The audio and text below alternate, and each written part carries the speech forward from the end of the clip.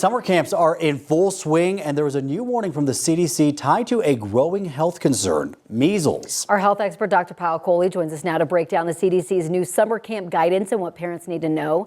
Thank you so much for coming in. Appreciate it. Such an important topic. I just talked to my brother and sister-in-law because their kids are off to camp. So. Oh, yeah, we're all about camps right now because, you know, what do you do with kids in the summer? True. That's a whole other thing. So first, talk to us a little bit about, measles cases in Colorado and the numbers, just to calm the fears of parents out there. Yeah, so small numbers still. We have about 14 confirmed cases. Now, there could be more that are undetected or underdetected, but certainly because it is such a contagious illness, the CDC has sort of issued a warning throughout the country saying that if you're sending your kids off to summer camps, and for most people running summer camps, they really should try to either prove vaccination or immunity for not just the kids that are attending, but especially the workers and such as well, because otherwise measles can spread quite efficiently. And what is the reason to focus on summer camp specifically? So kids are actually a big vector for spreading measles for a number of reasons. In fact, so far of all the cases, about 2 out of 3 of them seeming to be occurring in kids and adolescents.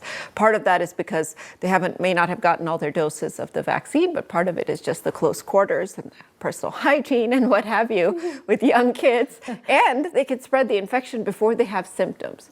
So that's a common thing with measles. You start to become infectious before you have symptoms. You can start to put others at risk without realizing it. You know, schools, daycares, camps, they just like boogers. You know what, though? I'm surprised by how many adults have bad hygiene, too. Yeah. I sit there and I do judge in the bathroom if I watch you walk past those sinks and not wash your hands. Whole other thing. Yeah. All right, so are kids high risk for measles? So they can be, and this is the thing, it's different from COVID and flu. We used to always say, oh yeah, the older adults are higher risk, but in cases of measles, it can actually make young kids very sick, especially infants, but even young kids and adolescents. I mean, you can have long-term consequences like blindness, deafness, permanent neurological damage. So it's not just a cold, especially if you're not vaccinated, it can cause long-term sequelae. So we really want to try to keep our kids as protected as possible. Absolutely. So what's the checklist for parents sending their kids off to camp? So the first thing I would say is your camp instituting this immunization policy. So have they made sure that the workers and the people at the camp, the camp counselors and such are vaccinated? Second, make sure your child has had at least 2 doses of the vaccine. Now, we normally get the vaccine when we're growing up at age 1. And then again between 4 and 6. So 2 doses offer 97 to 98% protection against measles. So very highly effective vaccine. So make sure that your child is up to date, not just on the MMR, in fact, on everything else out there, Tdap and what have you as well.